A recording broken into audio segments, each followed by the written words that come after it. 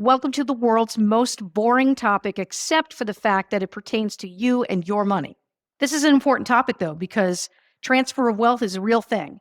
And our beloved baby boomers are reaching advanced ages now, and money is starting to get dispersed to beneficiaries as they pass.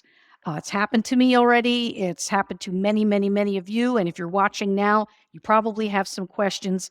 This is a big wealth transfer moment and transformational.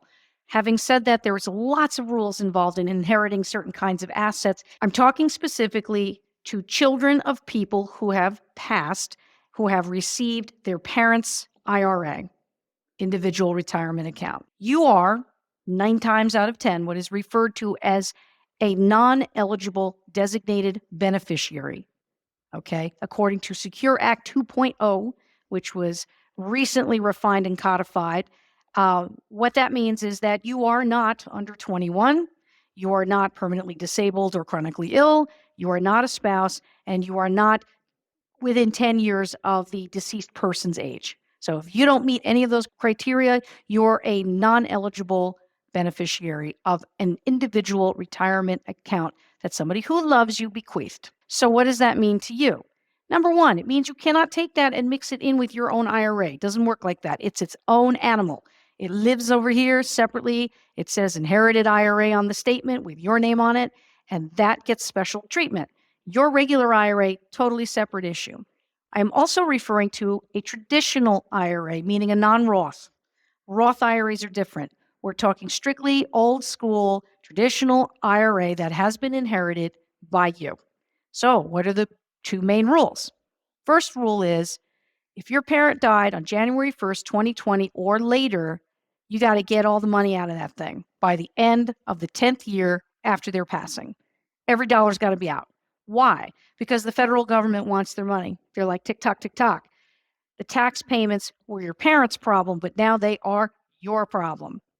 It's a nice problem to have, but a problem nonetheless. Number 2, if they were of a certain age where they were required to take minimum distribution, referred to as RMDs, if they were old enough to have to do that, you will also need to do that based on their age, meaning you've got 2 overlapping rules. 1, everything's got to get out by the end of the 10th year, but then on top of that, you will be forced to take out a minimum requirement every single year till the end of that 10th year based on your parents' age. Most of the time, you have to sort of expedite and take out extra to be able to exhaust the account. We see that a fair amount. Okay, we know that the person is not going to be able to drain it all by the end of the 10th year just by taking the required minimums. So then they're going to have to take out more. Now, strategically, there are some implications here. You want to be thoughtful about how much you take out in any given year above and beyond the minimum, because it's going to depend, what you pay in tax will depend on your bracket.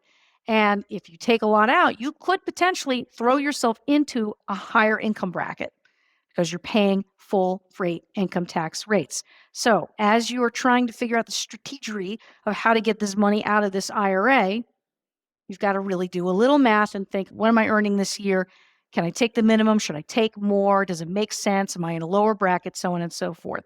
A CPA or a financial advisor can help provide some guidance on this point, but just remember, that's got to get out by the end of the 10th year, or woe betide unto you, because Uncle Sam, the IRS, will come knocking. I'm Jennifer Kirby from Talisman Wealth Advisors, and if you find what I say useful or interesting or entertaining, please be sure to like, to share, and to subscribe.